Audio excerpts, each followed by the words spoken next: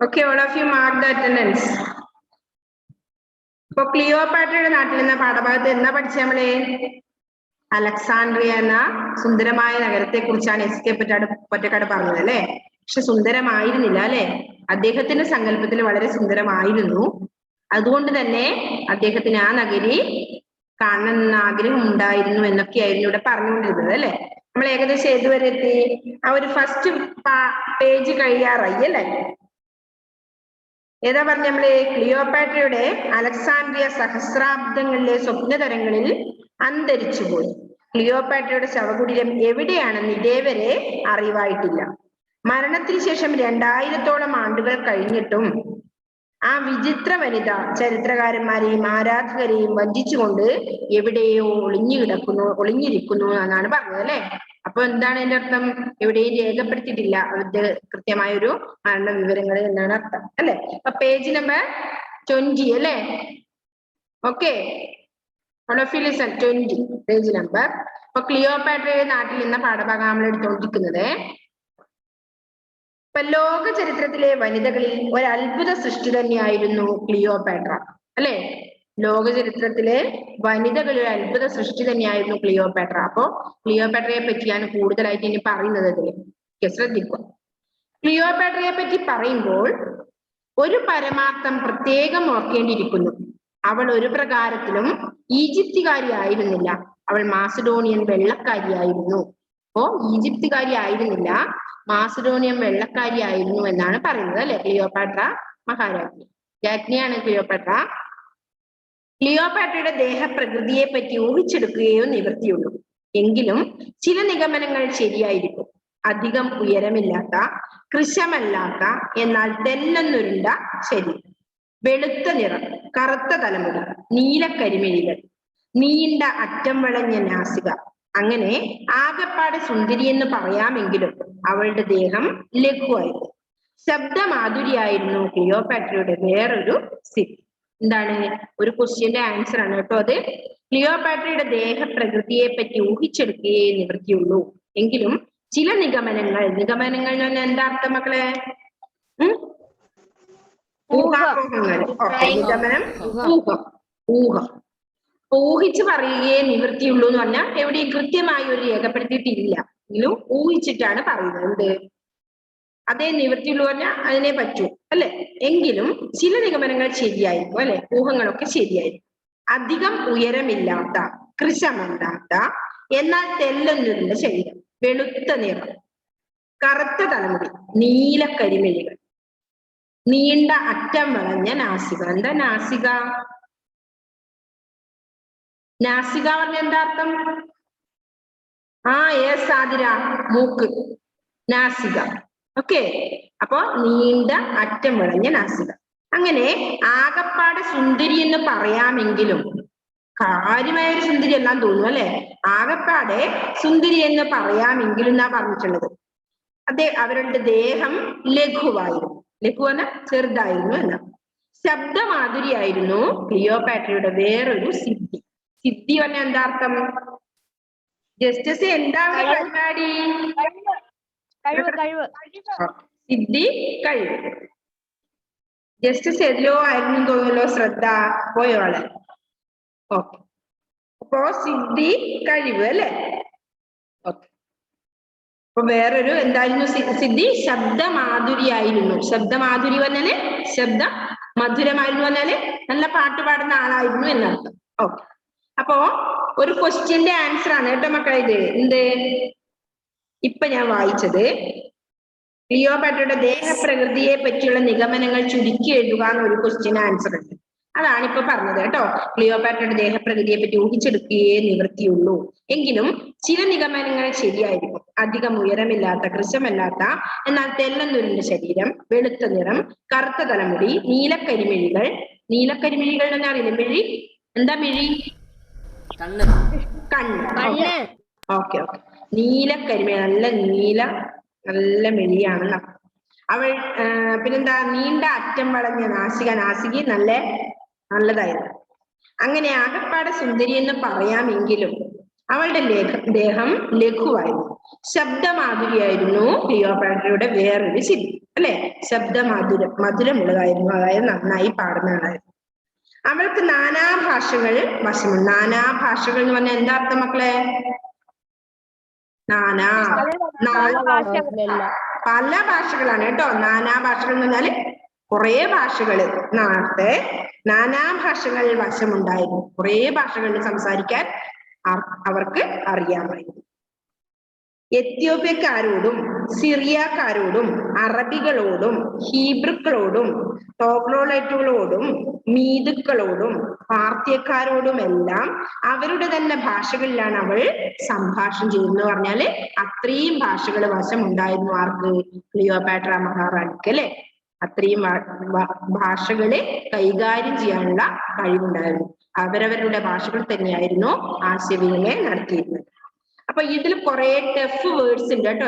നമ്മുടെ cursive book, അതായത് notebook നിങ്ങൾ ഉപയോഗിക്കുന്നുണ്ടോ? 2 ലൈൻ ബുക്ക്, അതിൽ ഞാൻ പറഞ്ഞിട്ടുണ്ട് ടഫ് വേർഡ്സുകൾ എഴുതണമെന്ന്. അപ്പൊ ഇതിൽ കണ്ടോ, ഇപ്പൊ ഹീബ്രുക്കളോട് അങ്ങനെ കുറെ വാക്കുകളുണ്ട്. എത്യോപ്യക്കാർ, ഇങ്ങനത്തെ ഓരോ വാക്കുകൾ നിങ്ങൾ എന്ത് ചെയ്യണം? അതിൽ എഴുതണം. 3 വാക്കുകൾ വെച്ച് ഒരു ദിവസം ഒരു പേജ് നിറയെ എഴുതുക കേട്ടോ. അപ്പൊ നിങ്ങൾക്ക് എഴുതാൻ വശമുണ്ടോ? ക്ലിയോപാട്ര, അലക്സാൻഡ്രിയ, അങ്ങനെ കുറച്ച് ബുദ്ധിമുട്ടുള്ള വാക്കുകളാണ്.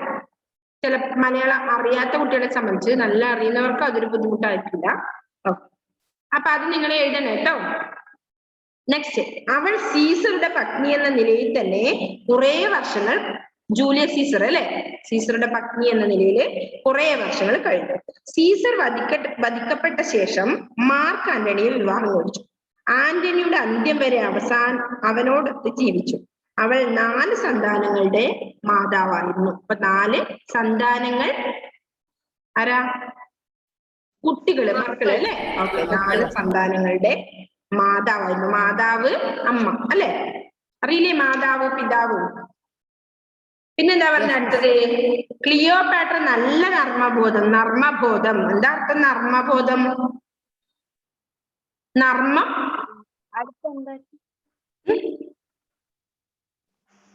ബുദ്ധിശാലി, പൂത്രശാലിയാണ്. നർമ്മം എന്ന് പറഞ്ഞ എന്താ അർത്ഥം? തമാശ, നർമ്മം, ഫലിതം അല്ലേ. നല്ല നർമ്മബോധം ഉണ്ടല്ലോ, നല്ല തമാശക്കാരിയായിരുന്നു അർത്ഥം, പ്രകടിപ്പിക്കാറുണ്ടായിരുന്നു. അവൾ അസാമാന്യമായ സൂത്രശാലിയുമായിരുന്നു അല്ലെ. സൂത്രശാലിയുമായിരുന്നു അവള്. പിന്നെന്താ പറഞ്ഞേ? ഒരിക്കൽ അവളും സീസർ ചക്രവർത്തിയും തമ്മിൽ ഒരു വാദ് നടന്നു. ഈജിപ്തിലെ മഹാറാണിയും റോമാ ചക്രവർത്തിയും എന്ന നിലകളിൽ തന്നെ, അതായത് 2 ദേശങ്ങളിലെ മഹാറാണിയും റോമാ ചക്രവർത്തിയും ആയി തന്നെയാണ് അവർ രണ്ടുപേരും വാദ് പറഞ്ഞ എന്താ അർത്ഥം? പന്തയം. ഓക്കെ, പന്തയം അറിയില്ലേ? ഈജിപ്തിലെ മഹാറാണിയും റോമാ ചക്രവർത്തിയും എന്ന നിലകളിൽ തന്നെ കൂടുതൽ ചെലവ് വരുന്ന ഒരു നേരത്തെ ഭക്ഷണം ആർക്കാണ് ഒരുക്കാൻ കഴിയുക എന്നതായിരുന്നു പന്തയം അല്ലെ. ഏറ്റവും കൂടുതൽ ചെലവ് വരുന്നത് ഒരു നേരത്തെ ഭക്ഷണം ആർക്കാണ് ഒരുക്കാൻ കഴിയുക എന്നായിരുന്നു പന്തയം. നാനാ വിഭവ സമൃദ്ധമായ ഒരു വിരുന്ന് റോമാ ചക്രവർത്തി തലപ്പെടുത്തി അല്ലെ. എന്ത് ചെയ്തു? നാനാ വിഭവങ്ങള്, പലതരം വിഭവങ്ങളുള്ള ഒരു വിരുന്ന് തന്നെ ആര്? റോമാ ചക്രവർത്തി തരപ്പെടുത്തി. എന്താ മോനെ?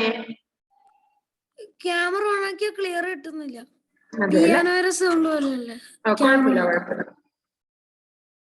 ഓക്കെ, അപ്പൊ പിറ്റേന്ന് ക്ലിയോപാട്രയുടെ ഊഴമായിരുന്നു. ഊഴം അടുത്ത അവളുടെ ഊഴം എന്ന് പറഞ്ഞാൽ അവസരം. Okay, very good. ഊഴമായിരുന്നു. അത് ലളിതമായിരുന്നു അല്ലെ. അവള് നാനാതരം വിഭവങ്ങളൊന്നും ഉണ്ടാക്കിയില്ല അല്ലെ. എന്ത് ചെയ്തു എന്നാ പറഞ്ഞത്? ലളിതമായിരുന്നു. എന്നാൽ വിരുന്നിലെ പാനീയം വിലമതിക്കാൻ കഴിയാത്ത ഒന്നായിരുന്നു. എന്താണെന്ന് പറയുന്നുണ്ട്? തന്റെ കർണാഭരണത്തിലെ അമൂല്യമായ മുത്തെടുത്ത്, ഏറ്റവും വിലമതിക്കുന്ന സാധനമായിരിക്കും അല്ലെ, വജ്രവും മുത്തല. അപ്പൊ എന്ത് ചെയ്തു? കർണാഭരണത്തിലെ അമൂല്യമായ മുത്തെടുത്ത് എന്ത് ചെയ്തു? സുർക്കയിൽ അലിയിച്ച് റോമാ ചക്രവർത്തിക്ക് കുടിക്കാൻ കൊടുത്ത് മഹാറാണി പന്തയം വിജയിച്ചു. അപ്പോ ഏറ്റവും കൂടിയ പേജ് നമ്പർ, അഫ്രാസെ പേജ് നമ്പർ 22, പേജ് നമ്പർ 22, ക്ലിയോപാട്രയുടെ നാട്ടിൽ എന്ന പാഠഭാഗമാണ് നമ്മൾ പഠിച്ചുകൊണ്ടിരിക്കുന്നത് കേട്ടോ. റോമാ ചക്രവർത്തിക്ക് കുടിക്കാൻ കൊടുത്ത് മഹാറാണി എന്ത് ചെയ്തു? പന്തയത്തിൽ വിജയിച്ചു. അതാണ് പറഞ്ഞത് അവള് സൂത്രശാലി ആയിരുന്നു അല്ലെ. സൂത്രശാലി ആയതുകൊണ്ടല്ലേ അതിന് പറ്റിയത്. അല്ലെങ്കിൽ നമ്മൾ എന്ത് ചെയ്യും?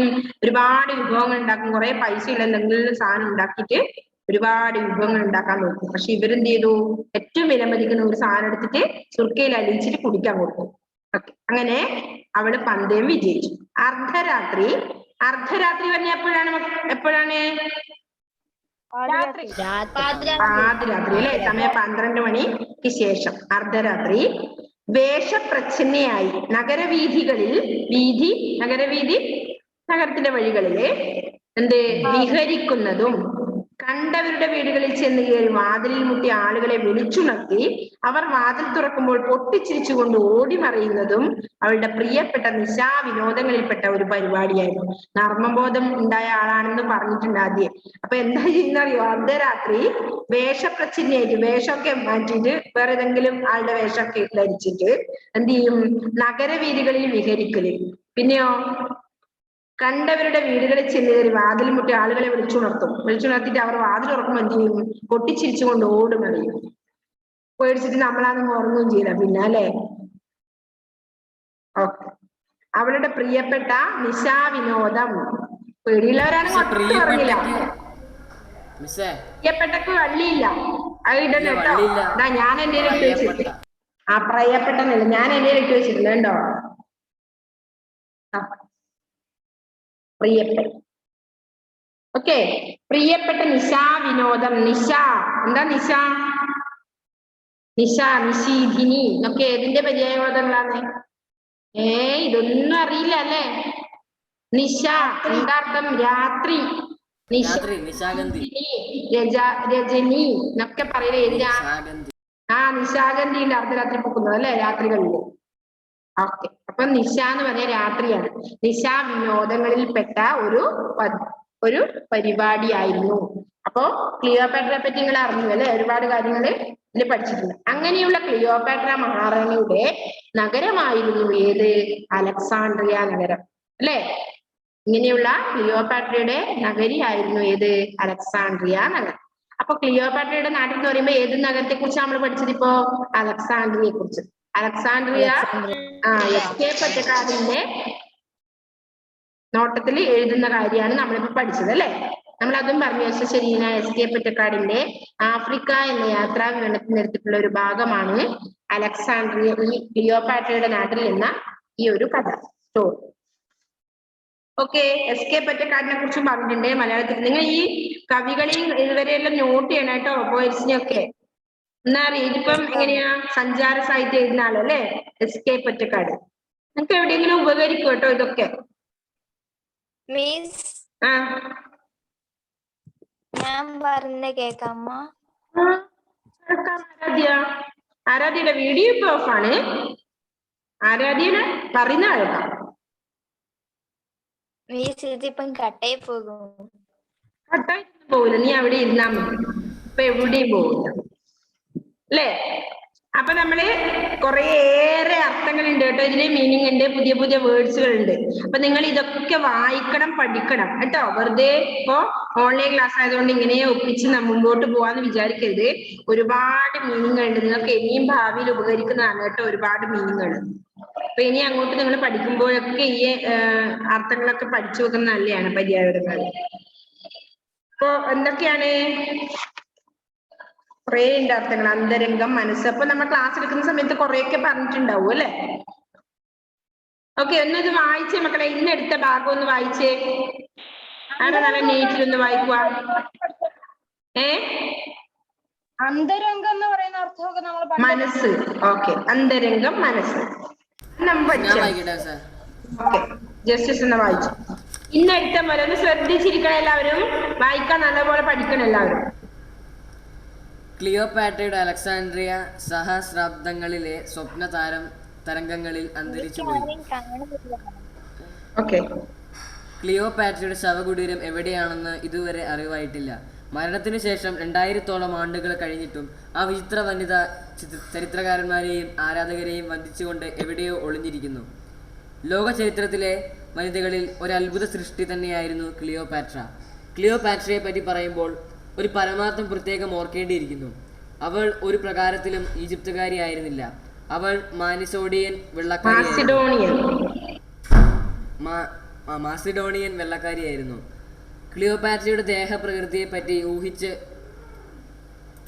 ദേഹപ്രകൃതിയെപ്പറ്റി ഊഹിച്ചെടുക്കുകയും നിവർത്തിയുള്ളൂ. എങ്കിലും ചില നിഗമനങ്ങൾ ശരിയായിരിക്കും. അധികം ഉയരമില്ലാത്ത, കൃശമല്ലാത്ത, എന്നാൽ തെല്ലെന്നുരുണ്ട ശരീരം, വെളുത്ത നിറം, കറുത്ത തലമുടി, നീല കരിമിഴികൾ, നീണ്ട അറ്റം വളഞ്ഞ നാസിക. അങ്ങനെ ആകപ്പാടെ സുന്ദരി എന്ന് പറയാമെങ്കിലും അവളുടെ ദേഹം ലഘുവായിരുന്നു. ശബ്ദമാതിരിയായിരുന്നു ക്ലിയോപാട്രയുടെ വേറൊരു സിദ്ധി. അവൾക്ക് നാനാഭാഷകൾ വശമുണ്ടായിരുന്നു. എത്യോപ്യക്കാരോടും സിറിയക്കാരോടും അറബികളോടും ഹീബ്രുക്കളോടും ട്രോഗ്ലോഡയറ്റുകളോടും മീതുക്കളോടും പാർത്തിയാക്കാരോടുമെല്ലാം അവരുടെ തന്നെ ഭാഷകളിലാണ് അവൾ സംസാരിച്ചിരുന്നത്. അവൾ സീസറുടെ പത്നി എന്ന നിലയിൽ തന്നെ കുറേ വർഷങ്ങൾ കഴിഞ്ഞു. സീസർ വധിക്കപ്പെട്ടതിനു ശേഷം മാർക്ക് ആന്റണിയെ വിവാഹം ചെയ്തു. ആന്റണിയുടെ അന്ത്യം വരെ അവനോടൊത്ത് ജീവിച്ചു. അവൾ 4 സന്താനങ്ങളുടെ മാതാവായിരുന്നു. ക്ലിയോപാട്ര നല്ല നർമ്മബോധം പ്രകടിപ്പിക്കാറുണ്ടായിരുന്നു. അവൾ അസാമാന്യമായ സൂത്രശാലിയുമായിരുന്നു. ഒരിക്കൽ അവളും സീസർ ചക്രവർത്തിയും തമ്മിൽ ഒരു വാദ് നടന്നു. ഈജിപ്തിലെ മഹാറാണിയും റോമ ചക്രവർത്തിയും എന്ന നിലകളിൽ തന്നെ. കൂടുതൽ ചെലവ് വരുന്ന ഒരു നേരത്തെ ഭക്ഷണം ആർക്കാണ് ഒരുക്കാൻ കഴിയുക എന്നതായിരുന്നു പന്തയം. നാനാ വിഭവസമൃദ്ധമായ ഒരു വിരുന്ന് റോമ ചക്രവർത്തി തരപ്പെടുത്തി. പിറ്റേന്ന് ക്ലിയോപാട്രയുടെ ഊഴമായിരുന്നു. അത് ലളിതമായിരുന്നു. എന്നാൽ വിരുന്നിലെ പാനീയം വിലമതിക്കാൻ കഴിയാത്ത ഒന്നായിരുന്നു. തൻ്റെ കർണാഭരണത്തിലെ അമൂല്യമായ മുത്തെടുത്ത് സുർക്കിയിൽ അലിയിച്ച് റോമ ചക്രവർത്തിയെ കുടിക്കാൻ കൊടുത്ത് മഹാറാണി പന്തയം ജയിച്ചു. അർദ്ധരാത്രി വേഷപ്രച്ഛന്നയായി നഗരവീഥികളിൽ വിഹീകരിക്കുന്നതും കണ്ടവരുടെ വീടുകളിൽ ചെന്നു കയറി വാതിലിൽ മുട്ടി ആളുകളെ വിളിച്ചുണർത്തി അവർ വാതിൽ തുറക്കുമ്പോൾ പൊട്ടിച്ചിരിച്ചുകൊണ്ട് ഓടിമറയുന്നതും അവളുടെ പ്രിയപ്പെട്ട നിശാവിനോദങ്ങളിൽപ്പെട്ട ഒരു പരിപാടിയായിരുന്നു. അങ്ങനെയുള്ള ക്ലിയോപാട്ര മഹാറാണിയുടെ നഗരമായിരുന്നു അലക്സാൻഡ്രിയ. ഓക്കെ, അപ്പൊ ഏകദേശം ഈ പാഠം ക്ലിയർ ആണോ മക്കളെ? നമുക്ക് വായിച്ചാൽ മനസ്സിലാക്കാവുന്നതേ ഉള്ളൂ അല്ലെ? ക്ലിയോപാട്രയുടെ നാട്ടിൽ നിന്ന് ഈ പാഠഭാഗം ഏകദേശം നമുക്ക് ഫിനിഷ് ആയി അല്ലെ? അപ്പൊ അതിന്റെ മീനിങ് പറയാം. അന്തരംഗം മനസ്സ്, അനുരാഗം സ്നേഹം, വിശ്വം നമ്മൾ കഴിഞ്ഞ ക്ലാസ്സിലെല്ലാം പഠിച്ചതാണ്. വിശ്വം, ലോകം, മോഹിനി മോഹിപ്പിക്കുന്നവൾ അല്ലെ, സുന്ദരി എന്നർത്ഥം. സംവത്സരം എന്ന് പറഞ്ഞ എന്താണ്? വർഷം. തരംഗം തിരമാല. വനിത സ്ത്രീ. പ്രകാരം ആ രീതിയിൽ, ആ സമ്പ്രദായത്തിൽ. നിഗമനം ഊഹം. കൃശം മെലിഞ്ഞ, കൃശമല്ലാത്തെന്ന് പറഞ്ഞു അല്ലെ. കരിമിഴി കറുത്ത മിഴി. മാധുര്യം അല്ലെങ്കിൽ സൗന്ദര്യം. സിദ്ധി നാനാഭാഷകൾ, പല വിധത്തിലുള്ള ഭാഷകൾ. പത്നി ഭാര്യ. അന്ത്യം അവസാനം.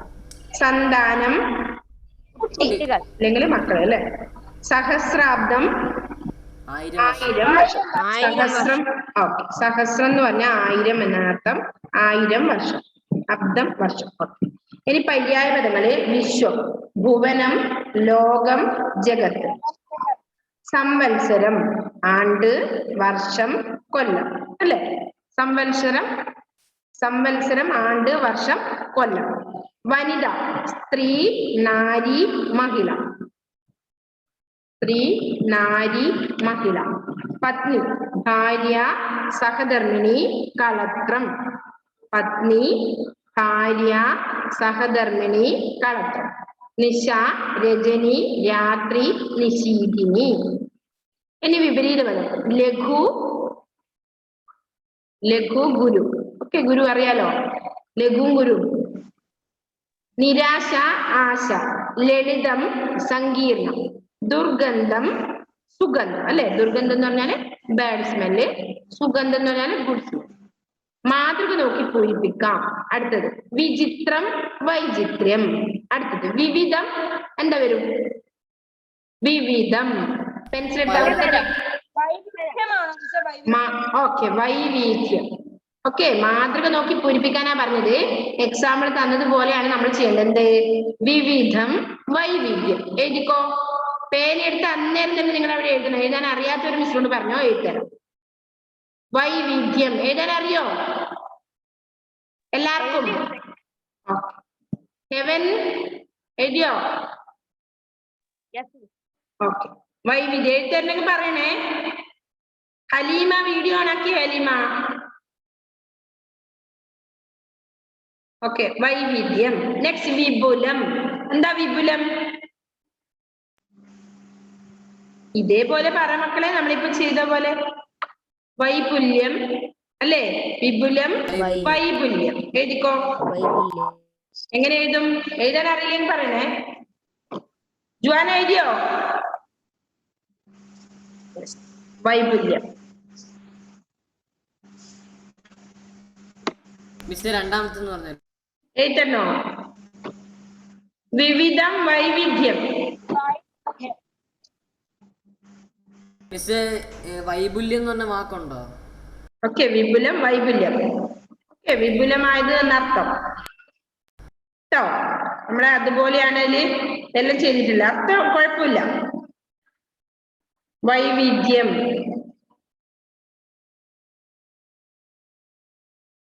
വൈവിധ്യം തന്നെ വിവിധ തരത്തിലുള്ളത് വൈവിധ്യം. ഓക്കെ വൈവിധ്യം. എഴുതുമ്പോ ചായൊന്നും തെറ്റിക്കരുത് കേട്ടാ. അതുപോലെ അല്ലേ എഴുതണേ, തെറ്റിക്കാതെ. നെക്സ്റ്റ് വിപുലം വൈപുല്യം എന്ന് പറഞ്ഞാല് വിപുലമായത് എന്നുള്ള അർത്ഥത്തില്. ഓക്കെ അടുത്തത് 1000 വർഷം. എന്താണ് 1000 വർഷം? നമ്മളിപ്പം പറഞ്ഞല്ലേ സഹസ്രാബ്ദം. നെക്സ്റ്റ് 100 വർഷം നേരം 100 വർഷത്തിന് എന്ത് പറയും? ഇപ്പൊ സഹസ്രാബ്ദം പറഞ്ഞതുപോലെ പറഞ്ഞു. നൂറ്റാണ്ടിന് എന്ത് പറയും? ഇതുപോലെ 1000 വർഷത്തെ സഹസ്രം. സഹസ്രാബ്ദം എന്ന് പറഞ്ഞാൽ 1000 വർഷം. നൂറ്റാണ്ട് തന്നെയാണ് 100 വർഷം. സഹസ്രാബ്ദം. ശതം അല്ലേ? ശതമല്ലേ 100? ശതം.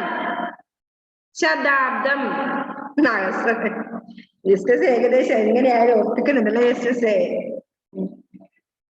ഓക്കെ ശതാബ്ദം എഴുതാൻ അറിയാലോ. ശതാബ്ദം. ഓക്കെ ശതാബ്ദം. അടുത്തത് 10 വർഷം. എന്ത് പറയും നമ്മൾ 10 വർഷത്തിന്? ശതം 100, സഹസ്രം 1000. അപ്പൊ 10 എന്താ പറയുക? അതേപോലെ 10 വർഷം എന്നുള്ളത് പതിറ്റാണ്ട് എന്ന് പറയാം. പതിറ്റാണ്ട് ഇതേപോലെ എന്ത് പറയും നമ്മള്? എന്താ 10ന് പറയുക? ശതം 100. 10 അല്ലേ? അതിനെന്താ പറയാ നമ്മുടെ മലയാളത്തില്? ശതി. പോയതാണ് ദശം. ഇരിക്കാണ്ടെന്നാ വേണ്ടല്ലേ. ഓക്കെ ദശാബ്ദം അതായത് പതിറ്റാണ്ട്. ശതാബ്ദം എന്താണ്? നൂറ്റാണ്ട്. അവരങ്ങനെ പറയുന്നുണ്ട് കേട്ടോ. എന്തെങ്കിലല്ലോ. ഓക്കെ കുറെ പേര് പേടിച്ചിട്ട് തെറ്റിന്ന് വിചാരിച്ചിട്ട് പറയാതിരിക്കുന്നത് അല്ലേ. അപ്പൊ 1000 വർഷം സഹസ്രാബ്ദം, 100 വർഷം ശതാബ്ദം, 10 വർഷം ദശാബ്ദം. എഴുതിയോ എല്ലാവരും? ഇനി ആരാധനയ്ക്ക് പാത്രമായിട്ടുള്ളത്. ആരാധനാ പാത്രം. അപ്പൊ സൽക്കരിക്കുവാൻ യോഗ്യമായിട്ടുള്ളത് ആരാണ്? എന്താണ്? സൽക്കാരയോഗ്യം. സൽക്കാരയോഗ്യം. എഴുതിക്കോ. സൽക്കാരയോഗ്യം. എഴുതുന്നില്ലേ? പ്രശംസയ്ക്ക് പാത്രം. എന്താണ് പ്രശംസയ്ക്ക് പാത്രമായിട്ടുള്ളത്? പ്രശംസാപാത്രം. കറക്റ്റ്. പ്രശംസാപാത്രം. പ്രശംസാപാത്രം. കറക്കിക്കുത്തി പറഞ്ഞാണ് ശരിയായി പോയി. സൽക്കരിക്കുവാൻ യോഗ്യമായിട്ടുള്ളത് സൽക്കാര യോഗ്യം. പ്രശംസയ്ക്ക് പാത്രമായിട്ടുള്ളത് പ്രശംസാപാത്രം. അടുത്തത് സ്വപ്നത്തിന്റെ തരംഗം. എന്താണ് സ്വപ്ന തരംഗം അവിടെ തന്നിട്ടുണ്ട്. നെക്സ്റ്റ് വൺ ദേഹത്തിന്റെ പ്രകൃതി. ദേശപ്രകൃതി. ദേഹപ്രകൃതി. കറക്റ്റ്, ദേഹപ്രകൃതി. മരത്തിന്റെ കഷ്ണം. വിഭവത്താൽ സമൃദ്ധം. വിഭവ സമൃദ്ധം. ജലത്താൽ സമൃദ്ധം. ജലസമൃദ്ധം. ജലസമൃദ്ധം. ഐശ്വര്യത്താൽ സമൃദ്ധം. Okay, very good. ഐശ്വര്യ സമൃദ്ധം. ഓക്കെ, അതെല്ലാം കംപ്ലീറ്റ് ചെയ്യണം കേട്ടോ. ടെക്സ്റ്റിൽ ഇപ്പൊ തന്നെ കംപ്ലീറ്റ് ചെയ്യണം.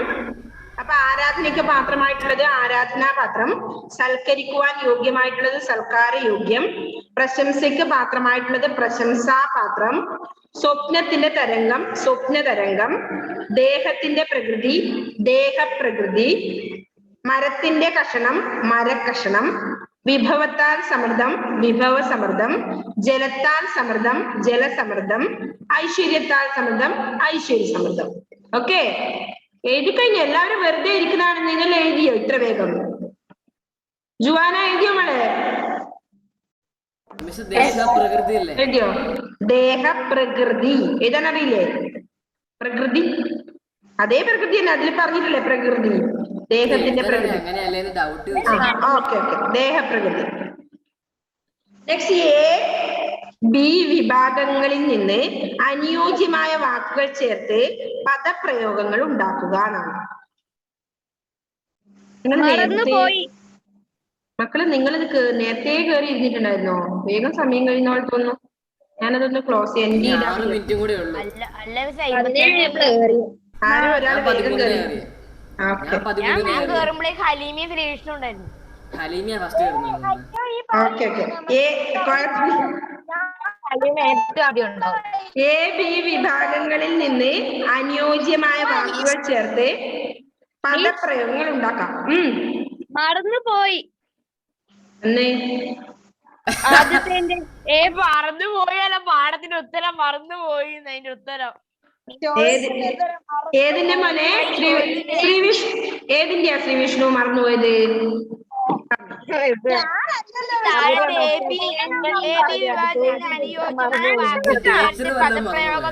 ഉണ്ടാക്കുവായില്ലേ? ഇപ്പറം പോയി മറന്നുപോയി. Okay, correct. മറന്നുപോയി. അടുത്തത് ഇരുന്നു പോയി. ഓ, ഇവിടെ എല്ലാം കണ്ടുപിടിച്ചു. നമ്മളെ മക്കൾ എത്ര സൂപ്പറാണ്. നല്ല മക്കളാണ് 7ാം ക്ലാസ്സിലെ. നല്ലതുപോലെ പ്രതികരണമുണ്ട്. കാര്യം റെസ്പോൺസ്. ഓടിപ്പോയി, ഓടിക്കളഞ്ഞു. ഓടിക്കുന്ന കളയേണ്ടത് ഓടിപ്പോയി. ചാടിപ്പോയി. അടുത്തത് കണ്ടു തീർത്തു. കണ്ടു തീർത്തു. നമ്മൾ സിനിമയൊക്കെ കണ്ടു തീർത്തു എന്ന് പറയാം. കണ്ടു കളഞ്ഞു. നിങ്ങൾ അത് യോജിക്കുന്നത് ചേർത്തിട്ട് നിങ്ങൾ എന്ത് ചെയ്യുക? എയും ബിയിലത്തെയും വിഭാഗങ്ങളിൽ നിന്ന് അനുയോജ്യമായ വാക്കുകൾ ചേർത്തിട്ട് പദപ്രയോഗങ്ങൾ ഉണ്ടാക്കുക. ഓക്കെ, കുറച്ചെണ്ണം ഞാൻ പറഞ്ഞു തന്നിട്ടുണ്ട്, ബാക്കി ഉണ്ടാവും. ഇനി നെക്സ്റ്റ് പേജ് എടുത്തേ. സീസറെ വധിച്ചു. സീസർ വധിക്കപ്പെട്ടു എന്ന് തന്നിട്ടുണ്ട് എക്സാമ്പിൾ. നെക്സ്റ്റ് എന്താ? ജസ്റ്റസേ ഇവിടെ. നെക്സ്റ്റ് പാമ്പിനെ കൊന്നു. എന്താണ്? പാമ്പിനെ അടിച്ചു കൊന്നു. എക്സാമ്പിള് അവിടെ എക്സാമ്പിൾ തന്നിട്ടതാ. സീസർ വധിക്കപ്പെട്ടു. സീസറെ വധിച്ചു എന്നുള്ളത് സീസർ വധിക്കപ്പെട്ടു. പാമ്പ് വധിക്കപ്പെട്ടു. വേറെ ആളുടെ കൈ കൊണ്ട്. അതാ പറഞ്ഞ പാമ്പ് വധിക്കപ്പെട്ടു. ഇനി പാമ്പ് കൊല്ലപ്പെട്ടു. വധിക്കപ്പെട്ടതല്ല, സീസറിനെ വധിച്ചു എന്ന് എഴുതിയേ. അപ്പൊ പാമ്പ് കൊല്ലപ്പെട്ടു. വെറുതെ പറയുന്നു. ഇനി നെക്സ്റ്റ് പശുവിനെ വിറ്റു. എന്താണ്? പശു വിൽക്കപ്പെട്ടു. പശു വിൽക്കപ്പെട്ടു. തെറ്റിക്കരുത്, വൃത്തിയിലെഴുത്. അടുത്തത് വാക്യത്തിൽ പ്രയോഗിക്കാം എന്നാണ്. ആകർഷകം, നിഗമനം, അസാമ. പറഞ്ഞോ. പാമ്പ് കൊല്ലപ്പെട്ടു. പശു വിൽക്കപ്പെട്ടു. എഴുതിയോ? 3 എഴുതിയോ? ക്ലിയോപാട്രയുടെ സിറ്റി ആകർഷണമാണ്. ക്ലിയോപാട്രയുടെ നഗരം ആകർഷണമാണ്. അതാണോ പാമ്പ് ആകർഷകം? ആകർഷിക്കുന്നത് എലിയെയാണ്. അവൻ താഴെ എത്തി നേരത്തെ പോലെ. അവൻ എന്നെ കാണി മുന്നേ ഓടാൻ തുടങ്ങി. അതാ പറഞ്ഞ ആകർഷകം. എന്താ പറയാ ക്ലിയോപാട്രയുടെ നഗരം ആകർഷകമാണ്.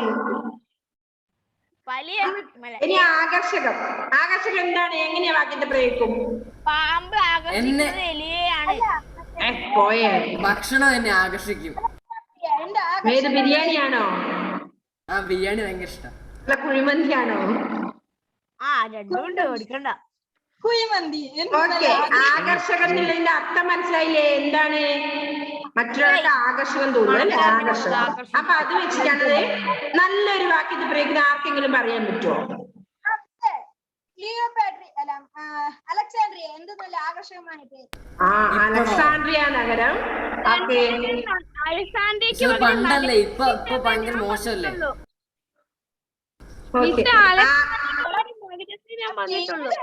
സ്വപ്നത്തില് ഭയങ്കര ആകർഷക. പോയി നോക്കുമ്പോ അത്രയല്ല അല്ലേ? അതുപോലെ തന്നെയാണ് ഗൾഫ് കൺട്രീസ് ഒക്കെ.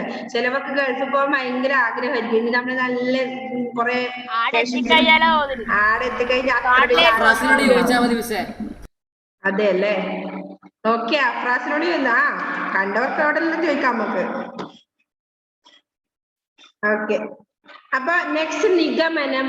നിഗമനം എന്ന് പറഞ്ഞാൽ എന്താ അർത്ഥം? നമ്മൾ പറഞ്ഞു എന്റെ നിഗമനം പാമ്പ് ആ വഴി പോകുന്നുണ്ട് എന്നാണ്. ഊഹം എന്നാണ് നിഗമനം എന്ന വാക്കിന്റെ അർത്ഥം. അപ്പൊ ഊഹം. എന്റെ നിഗമനത്തിൽ എന്തെങ്കിലും പറയാ, ഊഹിച്ച് പറയുന്നത് എന്താ പറയാ? പാമ്പ് ആ വഴി ഹരിതന്റെ പാമ്പെന്ന് വിടുന്നേ ഇല്ലേ? പാമ്പിന്റെ കൂടെ തന്നെ പോകുന്നുണ്ടോ? ഊഹം വെച്ചിട്ട് പാമ്പ് ഊഹം വെച്ച് ഇലേക്കൂടെ പാമ്പ്. അപ്പൊ ആ ഭാഗത്തേക്ക് പോവാതിരുന്നാ മതി. ഓക്കെ, അടുത്ത. അപ്പൊ ഊഹം എന്ന് പറഞ്ഞ അർത്ഥം, നിഗമനം എന്ന് പറഞ്ഞ ഊഹാണ് അല്ലേ? അപ്പൊ ഈ ടെക്സ്റ്റിനെ ബേസ് ചെയ്ത് തന്നെ നിങ്ങൾക്ക് വാക്യത്തിൽ പ്രയോഗിക്കാനുണ്ട്. അസാമാന്യം എന്താണ്? അസാമാന്യം. എനിക്ക് അസാമാന്യ ചിന്തകളുണ്ട്. അസാമാന്യ കഴിവുകൾ. ഇങ്ങനെ പറയണ്ടെന്നാല് അസാമാന്യമായ കഴിവുകളുള്ള ആളാണ് ഇന്നയാളെന്ന് പറയാം അല്ലെ? ഞാനിപ്പോ ആരെയും പ്രത്യേകിച്ച് പറഞ്ഞില്ല. ഓക്കെ, അസാമാന്യമായത് പറഞ്ഞതാണ് നമുക്ക് സങ്കല്പിക്കാൻ പോലും പറ്റാത്തത് അല്ലെ? കഴിവ് എന്നർത്ഥം. ഇനി 1 മിനിറ്റേ ഉള്ളൂ, ഏകദേശം ആയി കേട്ടോ, 50 ഓക്കെ, നെക്സ്റ്റ് വിലമതിക്കാൻ പറ്റാത്തത്. അതെ, ശരിയാണ്. അമൂല്യമാണ് അല്ലെ? വെള്ളത്തുള്ളികൾ വിലമതിക്കാൻ പറ്റാത്തതാണ്. എന്റെ കയ്യിൽ അമൂല്യമായ കല്ലുണ്ട്. അതെ, ഓക്കെ. അമൂല്യമായ വൈരക്കല്ലുണ്ട്. വൈരക്കല്ലൊക്കെ അമൂല്യമാണ്. ഇനി നാമപദങ്ങൾ തിരഞ്ഞെടുക്കാം. മാതൃക. കറുത്ത തലമുടി. കറുത്ത എന്നതാണ് ഏത് അതിലത്തെ വിശേഷണം. സുന്ദരനായ കുട്ടി എന്താ വിശേഷണം? സുന്ദരൻ. അത് എക്സാം